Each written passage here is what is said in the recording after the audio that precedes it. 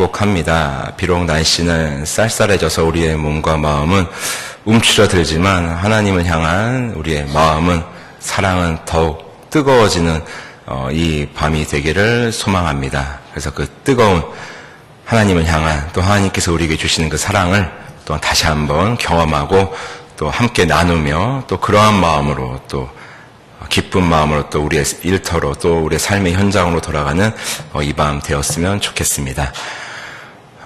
동상이몽이라는 사자성어가 있습니다.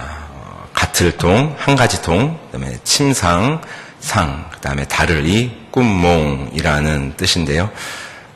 한 침상에서 다른 꿈이라는 뜻을 가지고 있습니다.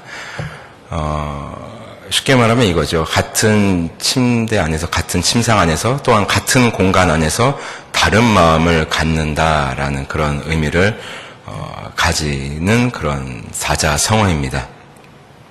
우리가 이 동상이몽이라는 말을 들었을 때 가장 먼저 떠오르는 것은 부부일 것입니다. 물론 요즘에는 이 동상이몽이라는 이 동명의 그 인기 예능 프로그램이 있긴 합니다만, 자, 우리가 동상이몽이라는 단어를 들었을 때 가장 먼저 떠오르는 것은 아무래도 부부지요. 자, 서로 사랑해서 만난 남녀가 부부의 연을 맺고 함께 살아가는 데 있어서 만약에 같은 마음이 아닌 다른 마음을 품게 된다면, 각각 다른 마음을 품고 다른 곳을 바라보게 된다면 그 부부는 더 이상 이 부부의 연을 유지하기는, 이어나가기는 힘들 것입니다. 어디 부부만 그렇겠습니까? 이것은 뭐 가족에게도, 가족 공동체에게도 그대로 적용되는 말이기도 합니다. 한 지붕 아래 사는 온 가족이 그야말로 한 공동체로서 모인 가족이 각각 다른 마음을 품고 각각의 옳은 대로 그렇게 서로 대치하며 대적하며 살아간다면 우리는 그러한 집안을 가리켜서 이렇게 표현하죠. 콩가루 집안이다라고 이렇게 표현합니다. 또 가족뿐만이 아니라 이것은 사회에도 그대로 적용이 됩니다. 한 직장 내에, 한 조직 내에 한 팀원들 간에 있어서 어떠한 공동의 목표를 가지고 같은 마음을 가지고 업무에 임하지 않고 각각 다른 목표를 가지고 각각 다른 마음을 가지고 업무에 임한다면 어디 그 조직이, 그 팀이 제대로 굴러가겠습니까? 무너지는 것은 시간 문제일 것입니다. 그래서 이 같은 마음을 가지고 어떠한 일을 해나간다는 것, 같은 마음을 가지고 함께 이 사회를 이루어간다는 것은 이 사회를 이루어가는 사회 구성원에게 있어서는 굉장히 중요한 요소가 됩니다.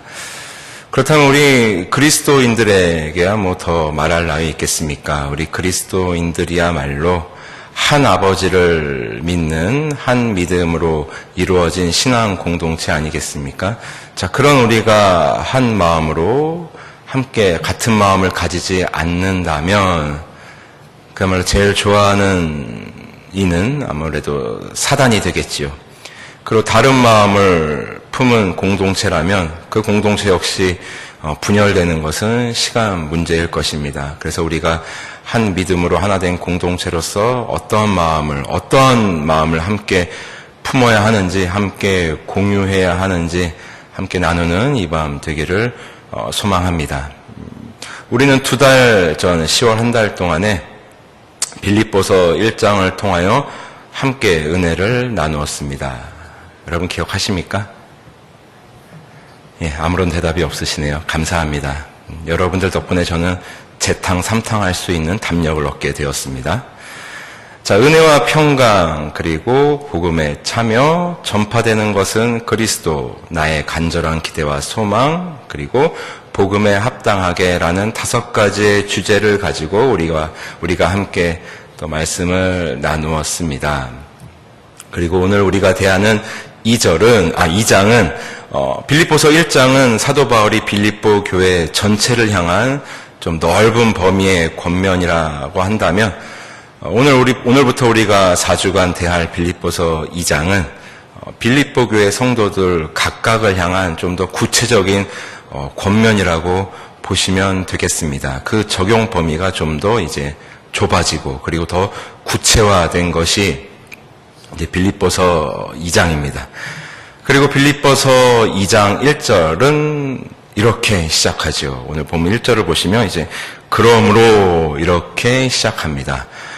여러분 성경을 읽으시다가 그러므로 이러므로라는 단어가 나오면 좀 더 여러분들 주의 깊게 보십시오.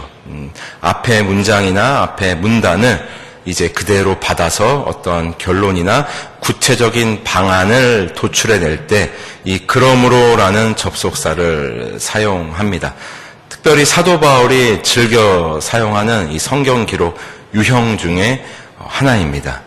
그래서 빌립보서 2장 1절에 나와 있는 이 그러므로라는 단어는 우리가 5주 전에 살펴보았던 빌립보서 1장 27절부터 30절까지의 내용인 복음에 합당하게 생활하라, 복음에 합당하게 살라라는 그 큰 주제를 그대로 이제 받아서 좀 더 구체적인 방안을, 구체적인 권면을 내용을 기록해주는 그러한 본문이라고 할 수 있겠습니다. 우리가 지난 5주 전에 보았던 빌립보서 1장 27절은 이렇게 시작하죠. 오직 너희는 그리스도의 복음에 합당하게 생활하라. 이 생활하라의 원래의 의미는 시민으로서 의무를 이행하라, 시민으로서 살라라는 뜻이라고 말씀드렸습니다. 무슨 말입니까? 천국 시민답게 생활하라, 천국 시민으로서 하늘의 의무를 이행하라라는 그러한 뜻이라고 말씀드렸습니다. 그렇다면 우리가 천국 시민으로서 살아가는 그러한 구체적인 방안, 그런 구체적인 방법이 과연 무엇일까? 오늘 본문 2장 1절에서 사도 바울은 기록하고 있습니다. 2장 1절. 자, 그러므로 그리스도 안에 무슨 권면. 자, 먼저는 그리스도 안에 권면입니다. 여기서 중요한 것은 그리스도 안에입니다. 자, 그리스도 안에. 자, 그리스도 안에라는 의미는 그리스도와 연합하여라는 그러한 의미입니다. 그리스도와 연합하여 그리스도와 코이노니아를 이루어라는 의미입니다. 우리가 누군가를 향하여 어떠한 권면을 할 때 그것이 참된 성도의 권면이 되기 위해서는 전제 조건이 필요합니다. 바로 그리스도와 연합된 상태에서 하는 권면인 것입니다. 그리고 이 권면의 원어적 의미는 속삭이다라는 의미입니다. 그러나 여러분, 이것은 어떤 권면이 될 수도 없고 속삭임도 될 수 없지요. 어떠한 어려움을 겪는 성도에게 가서 글쎄 내가 기도한다니까 왜 그것을 이기지 못하고 왜 징징거려 라고 말을 한다면 그것은 사랑의 어떤 그리스도 안에 권면이 될 수는 없을 것입니다. 오히려 말씀을 빙자한 권총이 되어서, 기도를 빙자한 권총이 되어서 상대방을 더욱더 낙심케 할 수 있게 되는 것입니다. 자, 그리스도 안에 권면, 권면을 하는 자나 권면을 받는 자나 모두가 그리스도 안에 있을 때 이 권면은 유효한 것이고 더욱 귀한 능력을 발휘하게 되는 것입니다. 어느 한쪽이라도 그리스도 안에 없다면 이것은 공허한 메아리에 불과한, 그냥 인간의 언어에 불과한 것입니다. 먼저는 그리스도 안의 권면이고요. 그 다음에 두 번째는 사랑의 위로입니다. 사랑의 위로. 자, 권면이나 위로 약간 비슷한 것 같지만 굳이 구분을 하자면 권면은 이제 앞으로에 있을 거에 대한 격려라고 생각하시면 됩니다. 잘할 거야. 잘할 수 있어. 이런 의미고요. 자, 사랑의 무슨 위로는 지나간 일에 대한 격려입니다. 괜찮아, 잘했어. 그럴 수도 있지 라고 생각하시면 되겠습니다. 자, 사랑의 위로. 위로 역시 속삭이다란 말과 그 어원이 같습니다. 사랑의 위로. 우리가 어떠한 지체를 향하여 정말 그 사랑의 마음을 가지고 위로하는 것. 굉장히 중요하죠. 나도 그랬는데 이렇게 접근하는 것이 아니라 정말 그야말로 우리가 빌립보서 1장에서 살펴보았던 것처럼 빌립보 교회 교인들이, 빌립보 교회 성도들이 사도 바울을 위하여 그에게 직접 찾아가서 사도 바울에게 이러쿵저러쿵 얘기한 것이 아니라 멀리서 사도 바울을 위하여 간구했던 것을 우리는 기억합니다. 그리고 그 간구로 인해서 그 격려와 그 또한 권면으로 인해서 사도 바울은 그 지독한 감옥 생활을 이길 수 있었습니다. 사도 바울이 그것을 빌립보서 1장 15절에서 고백하고 있지 않습니까? 자, 그런 의미가 되겠습니다. 자, 사랑의 격려, 자, 사랑의 어떠한 위로는 그야말로 그 영혼을 향하여 그야말로 속삭이듯이 지나간 그 성도의 어떤 지체에 지나간 일에 대한 뭐 잘했든 잘못했든 그 일에 대해서 함께 기도하는 마음으로 격려하는 것. 역시 여기서 중요한 것은 속삭이듯 하는 것입니다. 그리고 성령의 교제, 성령의 교제. 자, 다시 한번 말씀드립니다만 교제, 코이노니아의 참된 의미는 연합, 참여라고 말씀드렸습니다. 먼저는 우리가 성령 하나님과 연합되어야지만 성령 하나님의 그 사역에 우리가 참여해야만이 참된 성도의 교제는 이루어집니다. 우리가 먼저 성령 하나님과 연합하고 성령 하나님과 교제가 이루어진다면, 하나가 된다면 당연히 우리 성도 간의 그 올바른 참된 교제는 이루어지겠지요. 그리고 이 교제에는 또 다른 의미가 포함되어 있습니다. 바로 동역한다는 의미도 이곳에 포함되어 있습니다. 여러분, 다른 마음을 가진 사람들끼리 같은 일을 할 수 있습니까? 물론 일시적으로는 가능합니다만 결국에는 서로의 등에 칼을 꽂을 수밖에 없습니다. 그러나 성령 하나님께서 주신 마음으로 함께 교제하며 하나님의 일을 동역한다면 그야말로 하나님 나라를, 하나님의 그런 공동체를 아름답게 이루어 갈 수 있는 것입니다. 자, 복음에 합당하게 살기 위해서는 이 성령의 교제가 무엇보다 필요합니다. 그리고 마지막으로 긍휼과 자비입니다. 긍휼은 상대방을 가엾게 여기는 마음입니다. 자, 그렇다고 해서 우리가 조심해야 할 것이 있습니다. 가엾게 여긴다고 해서 만약에 우리의 그 상대방을 가엾게 여기는 마음이 상대방의 자존심을 상하게 한다면, 또 기분을 나쁘게 한다면 그것은 긍휼이 아니라 값싼 동정에 지나지 않습니다.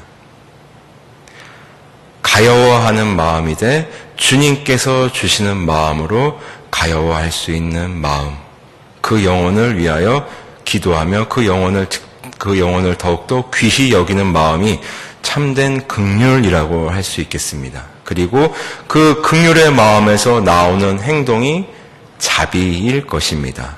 이 긍휼과 자비. 자, 그래서 우리가 복음에 합당하게 사는 삶에 이제 필요한 네 가지 구체적인 덕목이 바로 우리 1절에 나와 있는, 먼저는 그리스도 안의 권면, 사랑의 위로, 그다음에 성령의 교제, 긍휼의 자비. 자, 이렇게 사도 바울은 구체적으로 기술하고 있는 것입니다. 그런데 이 네 가지가 아무리 중요하다고 해도 사도 바울이 이어서 기록한 이 2절의 말씀을 우리가 간과해서는 안 됩니다. 본문 2절입니다. 마음을 같이하여 같은 사랑을 가지고 뜻을 합하여 한 마음을 품어. 우리가 하는 권면이, 우리가 하는 위로가, 우리가 하는 교제와 우리가 하는 긍휼과 자비는 바로 한 마음에서 비롯되어야 한다는 것입니다. 왜 이렇게 사도 바울이 한 마음, 같은 사랑, 한 뜻을 강조했겠습니까? 우리가 믿는 분은 한 분 하나님이시기 때문입니다. 우리의 아버지 되신 하나님은 한 분이시기 때문입니다. 그래서 빌립보서 1장 27절 그 하반절에서도 이렇게 27절 하반절에서도 이렇게 사도 바울이 기록하고 있지 않습니까? 너희가 한 마음으로 서서 한 뜻으로 복음의 신앙을 위하여 협력하는 것과, 여기서도 한 마음으로 한 뜻으로 강조하고 있습니다. 한 분 하나님께서 주시는 그 마음이 있을 때 우리가 앞서 살펴보았던 이 네 가지 덕목은 의미가 있다는 것입니다. 끊임없이 강조하고 있습니다. 자, 그렇다면 우리가 품어야 될 이 한 분, 한 마음은 어떤 마음이냐? 우리 5절로 넘어가 보면요. 너희 안에 이 마음을 품으라 곧 그리스도 예수의 마음이니. 이 마음은 그리스도 예수의 마음이라고 하고 있습니다. 그리스도 예수의 마음.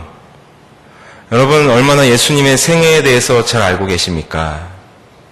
여러분들의 그 신앙의 연수만큼이나 잘 알고 계신 것이 예수님의 생애고 예수님의 마음일 것입니다. 그렇기 때문에 인간의 몸으로 이 땅 가운데 내려오시지 않았습니까? 바로 우리를 위하여, 우리를 당신의 자녀 삼아 주시기 위해서 하나님과의 관계를 회복시켜 주시기 위하여 오신 것이 그리스도 예수의 마음인데, 그런데 사도 바울은 이 그리스도 예수의 마음을 좀 더 쉽게 풀어냈습니다. 본문 3절입니다. 4절입니다. 죄송합니다. 3절입니다. 아무 일에든지 다툼이나 허영으로 하지 말고. 자, 여기서 말하는 다툼은 우리가 빌립보서 1장에서 살펴보았던 그 사도 바울을 대적하던 자들이 그 복음을 전하던 방법이었습니다. 투기와 분쟁으로 복음을 전하는 것을 우리가 목격하지 않았습니까? 자, 바울을 대적하는 자들이 투기와 분쟁으로 그리스도를 전파하는 것을 우리가 목격했는데, 여기서 말하는 투기와 분쟁이 바로 다툼입니다. 하지만 사도 바울은 하나님의 절대 주권을 신뢰하였기 때문에, 확신하였기 때문에, 자, 그러한 투기와 분쟁으로 복음을 전한다 할지라도 전파되는 것은 그리스도이기 때문에 기뻐하고 기뻐한다고 사도 바울은 고백했었습니다. 다툼의 결과는 여러분 무엇입니까? 바로 분열입니다. 다툼의 결과는 분열입니다. 여러분들이 생각하시기에 우리가 살아가면서 왜 다툼이 일어난다고 생각하십니까? 이럴 때 다툼이 일어나지 않습니까? 나의 뜻이 관철되지 않을 때, 나의 뜻을 누군가가 따라주지 않을 때, 이럴 때 다툼이 일어납니다. 내가 주인공이 될 때 다툼은 일어납니다. 그리고 또 하나, 자, 허영으로 하지 말고, 허영. 그렇다면 허영은 무엇이겠습니까? 허상이란 말과 다를 바가 없겠는데요. 허영이라는 것은 나를 드러내는 속임수입니다. 나를 드러내는 속임수. 우리가 허영심이라고 말하는 것이 여러분 무엇이겠습니까? 돈은 없으면서 괜히 있는 척하는 게 허영 아닙니까? 진실은 가둬두고 계속해서 거짓만을 드러내려는 것이 바로 허영입니다. 그리고 다툼과 허영의 중심에는 내가 있습니다. 내가 드러나야 하는 것은 그리스도 예수의 마음이 아닙니다. 내가 드러나는 것은 그리스도 예수의 마음이 아닙니다. 그렇다면 그리스도 예수의 마음은 이어서 나옵니다. 오직 겸손한 마음으로 각각 자기보다 남을 낮게 여기고, 겸손한 마음으로 각각 자기보다 남을 낮게 여기고. 여러분들 이제 얼마 안 있으면 예수 그리스도의 오심을 기념하는 성탄절입니다. 그 성탄의 의미가 바로 이것 아니겠습니까? 겸손한 마음으로 자기보다 남을 낮게 여기고. 자, 창조주이신 하나님께서 피조물이 되시는 순간입니다. 창조주이신 하나님께서 피조물이 되셔서 이 땅 가운데 내려오셨습니다. 그 마음의 기저에는 당신보다 피조물인 우리 인간을 더욱더 생각하시는 그 마음이 있었기 때문에 그런 놀라운 신비한 역사는 일어날 수 있었던 것입니다. 여러분, 저는 강아지를 참 좋아합니다. 제가 이제 올해로 40살이고 저의 생애의 25년을 강아지와 함께 살았습니다. 그래서 제 생애에서는 강아지를 떼어놓고서는 이제 설명할 수 없는 그런 부분들이 참 많이 있었습니다. 그래서 제가 33살 되는 해까지 이제 강아지를 키웠었는데, 그리고 마지막에 키웠던 강아지는 이제 제 손에서 이제 떠나 보냈던 기억이 납니다. 그래서 저는 강아지를 참 좋아했고, 이제 강아지와 같이 삶을 함께 공유하는 부분이 참 많았습니다.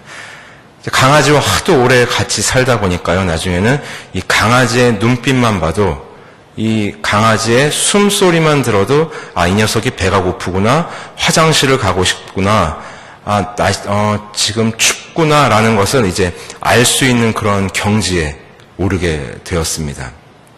그래서 강아지가 제 곁을 떠났을 때 얼마나 많이 정말 슬펐는지 모릅니다. 그래서 1년 이상을 참 그 허전함을 이제 메꾸지 못했던 기억이 나는데, 그런데 제가 아무리 강아지를 좋아하고 심지어 그 강아지를 예뻐하고 사랑한다 할지라도 저는 그 강아지가 될 수 없습니다.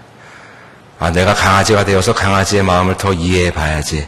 내가 강아지가 되어서 강아지의 입맛을 더 한번 내가 연구해 봐야지. 내가 개가 되어서 개의 후각을 한번 내가 체험해 봐야지.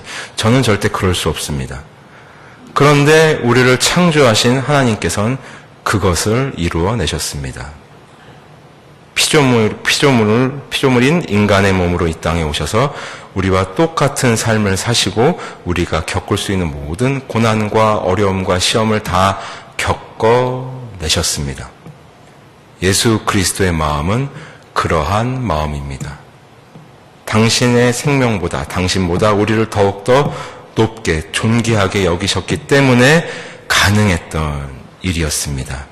그리고 예수 그리스도의 마음은 거기서 멈추지 않습니다. 4절입니다. 각각 자기 일을 돌볼 뿐더러 또한 각각 다른 사람들의 일을 돌보아. 자기 일을 돌볼 뿐더러 각각 다른 사람들의 일을 돌보는 것이 그리스도 예수의 마음이라고 합니다. 자기의 일을 돌볼 뿐더러 자기의 일을 잘 완수한다는 의미입니다. 자기의 일을 잘 완수하기 위해서는 필요한 것이 무엇이겠습니까? 실력입니다.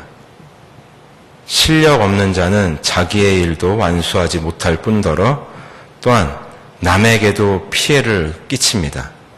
실력도 없는 자가 남을 돕는 것만큼 커다란 민폐도 없습니다. 제가 섬기고 있는 저희 청년부에는 공부방을 운영하고 있는 자매가 있습니다. 중학생, 고등학생을 대상으로 이제 수학을 전문으로 가르치는 이제 공부방을 운영하는 아이가 있는데, 서울에 있는 유명 대학, 공대를 우수한 성적으로 졸업한 인재입니다. 그리고 그 가지고 있는 능력을 이제 중학생과 고등학생들을 위해서 이제 사용하고 있는 귀한 아이인데요. 이제 그 아이가 공부방을 운영을 하고 있는데 지금 그 공부방이 잘 되고 있습니다. 그래서 혼자 11명의 아이를 감당하고 있습니다. 그래서 언젠간 그 아이가 그러더라고요. 목사님, 제 몸이 2개만 더 있었으면 좋겠어요. 라는 얘기를 하더라고요. 정말 그 아이가 그 말을 했을 때 할 수만 있다면 그 아이의 몸을 정말 복사라도 해주고 싶은 그런 마음이었습니다. 그런데 만약에 제가 그리스도 예수의 마음으로 알았어, 지혜야, 내가 너를 도와줄게 하면서 3명만 나한테 보내라고 해서 제가 그 3명을 만약에 맡았다고 생각해 보십시오. 그럼 저는 그 3명의 아이의 인생을 망쳐놓게 될 것입니다. 왜냐하면 저는 수학의 숫자도 모르기 때문입니다. 실력이 없기 때문입니다. 저의 일도, 저의 앞가림도 제대로 못하는 그런 부족한 제가 남의 앞길을 돕는다고 그렇게 뛰어든다면 그 아이의 인생도 망치고 그 아이들의 삶도 이제 피해를 끼치게 되는 그런 엄청난 일을 벌이게 되는 것입니다. 실력이 있을 때 나의 일을 할 수 있게 되고 또 다른 이의 일도 돌볼 수 있게 되는 것입니다. 그렇다면 예수님께 무슨 실력이 있었습니까? 바로 죽음까지도 이기신 실력이 있으셨습니다. 우리들에게는 끝이라는, 세상에서 끝이라고 일컫는 그 죽음까지도 이겨내신 실력을 우리 주님께서는 가지고 계셨습니다. 그렇기 때문에 예수 그리스도께서는 당신의 그 구원의 임무를 완수하실 수 있었고 뿐만 아니라 당신의 자녀들, 당신의 백성들인 우리를 도우실 수 있었던 것입니다. 그렇기 때문에 사도 바울은 이야기합니다. 너희 마음에 이 마음을 품으라. 그리스도 예수의 마음이니. 우리가 그리스도인으로서 동일하게 우리의 삶의 모습은 다르지만 같이 품어야 되는 한 마음이 바로 이 마음인 줄 우리는 확신합니다. 자, 그러므로 사랑하고 존경하는 우리 성도 여러분, 어느덧 12월입니다. 이제 2018년도도 한 달밖에 남지 않았고 날씨는 점점 추워질 것입니다. 그야말로 한 겨울 속으로 우리는 이제 진입하게 될 것입니다. 예수 그리스도의 오심을 기념하는 성탄절을 우리는 맞이하게 될 것이고 또 연말 연시를 보내게 될 텐데 이러할 때에 우리에게 필요한 것이 무엇이겠습니까? 우리에게 필요한 마음은 어떤 마음이겠습니까? 남을 위하는 마음, 남을 구제하는 마음, 남을 긍휼히 여기는 마음 다 좋습니다. 그러나 이 모든 것을 포함하는 바로 그리스도 예수의 마음을 우리가 이럴 때 더욱 가져야 되는 줄 믿습니다.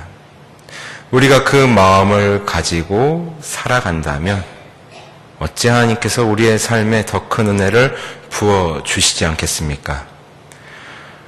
사람의 행동은 그 사람의 마음에서 출발합니다. 우리가 어떤 마음을 가지고 살아가느냐, 그 사람의 인생을 이야기해 주는 것입니다. 그렇다면 그리스도인들의 삶은, 그리스도인들의 인생은 그리스도 예수의 마음에서부터 출발해야 하는 것입니다. 그리스도 안에 무슨 권면이나 사랑의 무슨 위로나 성령의 무슨 교제나 긍휼과 자비, 이 마음을, 이 모든 네 가지 덕목을 완전하게 하는 것은 바로 그리스도 예수의 마음입니다. 그리스도 예수의 마음은 다툼이나 허영으로 하는 마음이 아니요 오직 겸손한 마음으로 자기보다 남을 낮게 여기는 마음, 그리고 자기 일을 돌볼 뿐더러 각각 다른 사람들의 일을 돌보는 그러한 마음입니다. 아무쪼록 우리가 이 마음을 함께 공유함으로 인하여 그야말로 12월 수요 예배 말씀의 총 주제인 이심전심, 이 마음이 우리 공동체 안에 서로 흘러감으로 인해서 우리 공동체가 더욱더 그리스도 예수의 마음으로 뜨거워지는 그런 공동체가 되었으면 좋겠습니다. 우리가 그러한 그리스도 예수의 마음을 가지고 살아갈 때 영광 받으시는 이는 우리 하나님 아버지가 될 것이요, 그리고 하나님께서는 우리의 삶을 밤하늘의 별보다도 더 찬란하게 빛나게 해 주실 줄 믿습니다. 우리 그러한 하나님의 은혜로 인하여 그러한 복된 삶을 이어가는 그리스도 예수의 마음을 훼손하지 않으며 살아가는 그러한 우리 모든 하나님의 백성들이 되시기를 주님의 이름으로 소원합니다.